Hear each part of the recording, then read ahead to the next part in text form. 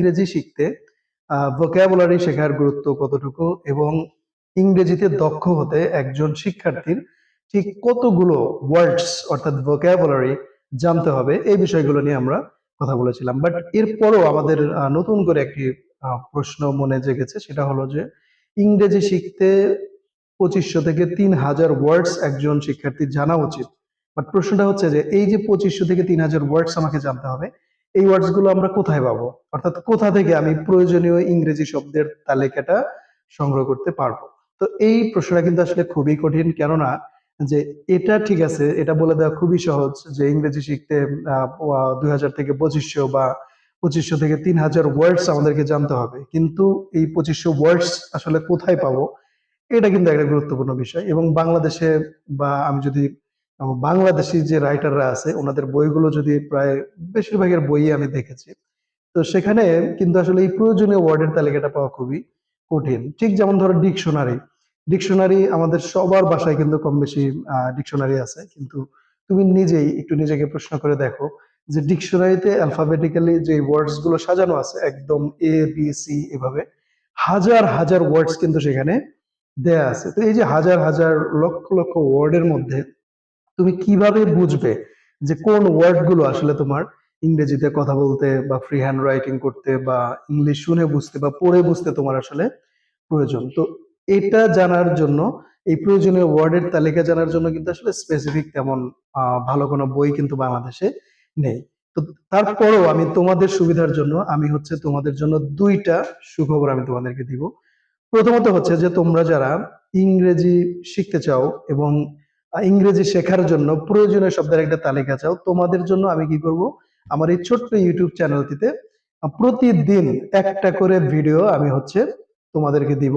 এবং ওই ভিডিওতে যেটা থাকবে যে প্রয়োজনীয় ইংরেজি শব্দের একটা তালিকা থাকবে, শুধু তালিকাই না, ওই শব্দগুলো প্র্যাকটিক্যালি তুমি কিভাবে ব্যবহার করবে সেই সংবলিত কিন্তু মানে পূর্ণাঙ্গ একটা লেকচার শিট প্লাস ওটার উপর একটা ভিডিও আমি চেষ্টা করবো প্রতিদিন একটা করে ভিডিও দেওয়ার।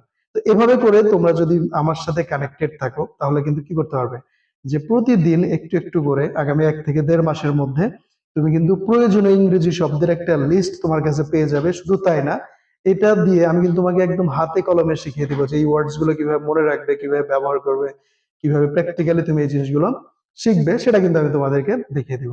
এটা হচ্ছে প্রথম কাজ আমি তোমাদের জন্য করব। আর দ্বিতীয় যে কাজটি রয়েছে সেটা হলো আমি তোমাদের একটা বই রেফার করতে চাই। বইটা হচ্ছে, তোমরা এফ এম মেথডের অনেকের নাম শুনেছো, অর্থাৎ ফিরোজ মুকুল, এফ এম মেথডের যে উদ্ভাবক ফিরোজ মুকুল স্যার, ওনার একটা বই আছে, বইটার নাম হচ্ছে F M's necessary vocabulary with standard pronunciation. এই বইটা যদি তুমি কালেক্ট করো, এই বইতে ইংরেজি কথা বলতে ফ্রি হ্যান্ড লিখতে প্রয়োজন এমন প্রায় 5000টি ওয়ার্ড কিন্তু স্যার ওনার এই বইতে উনি অন্তর্ভুক্ত করে দিয়েছেন। তো এখন তোমাদের মনে প্রশ্ন হতে পারে যে এই বইটা আমরা তো 2500-3000 ওয়ার্ডস প্রয়োজন, তাহলে 5000টি কেন দরকার?